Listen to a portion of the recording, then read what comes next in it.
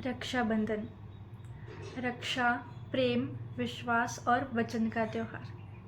हम सालों से इसे भाई बहन के त्यौहार के रूप में मनाते आए हैं।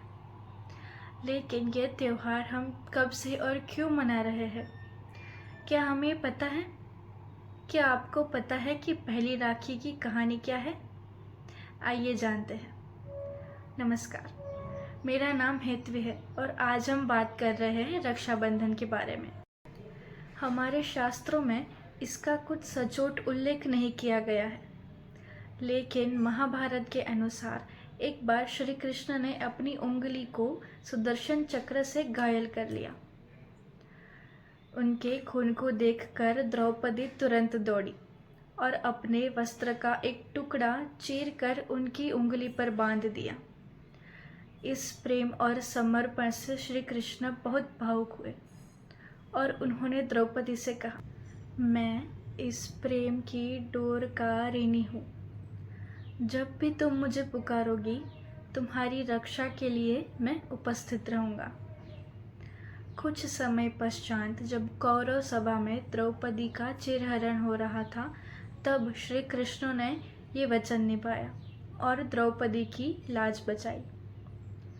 यह घटना को जाना जाता है रक्षाबंधन का पहला प्रतीकात्मक उदाहरण के रूप में, जहाँ सिर्फ रिश्तों की नहीं लेकिन भावनाओं की डोर बंधी थी।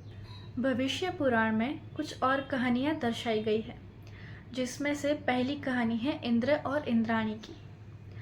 देवताओं और असुरों के बीच में युद्ध चल रहा था, जिसमें इंद्रदेव हार रहे थे। तब उनकी पत्नी इंद्राणी ने श्रावण पूर्णिमा के दिन एक रक्षा सूत्र यानी कि एक पवित्र धागा तैयार किया और इंद्रदेव की कलाई पर बांध दिया और साथ ही में उनकी रक्षा की प्रार्थना की। उसके बाद इंद्रदेव युद्ध जीत गए। दूसरी कहानी है यम और यमुना की। मृत्यु के देवता यमराजा की बहन यमुना उनसे हर साल मिलने की इच्छा रखती थी, लेकिन वो कभी आ नहीं पाते थे। परंतु एक बार जब वे आए, तब यमुना ने उन्हें प्रेम पूर्वक राखी बांधी। तब यमराजा ने भावुक होकर कहा, जो भी बहन अपने भाई को प्रेम से राखी बांधेगी, उसका भाई दीर्घायु और सुरक्षित रहेगा। तीसरी कहानी है राजा बलि और लक्ष्मी जी की।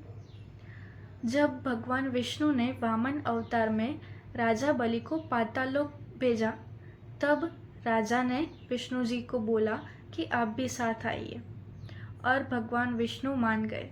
और लक्ष्मी जी भगवान विष्णु को वापस लाने के लिए एक ब्राह्मण स्त्री का रूप लेती है और बलि राजा को राखी बांधती है। बलि राजा से बदले में एक वर मांगती है और राजा वचन देते हैं, और इस तरह लक्ष्मी जी भगवान विष्णु को वापस लाते हैं। तो इन सारी कहानियों से हम समझ सकते हैं कि रक्षाबंधन सिर्फ भाई बहन का त्यौहार नहीं, परंतु दो आत्माओं के बीच का विश्वास, समर्पण और प्रेम का त्यौहार है। ये वीडियो अपने सभी दोस्तों को भेजें ताकि वो भी इस त्यौहार के पीछे की कहानी जान सकें। Thank you so much for watching. Happy Rakshabandhan.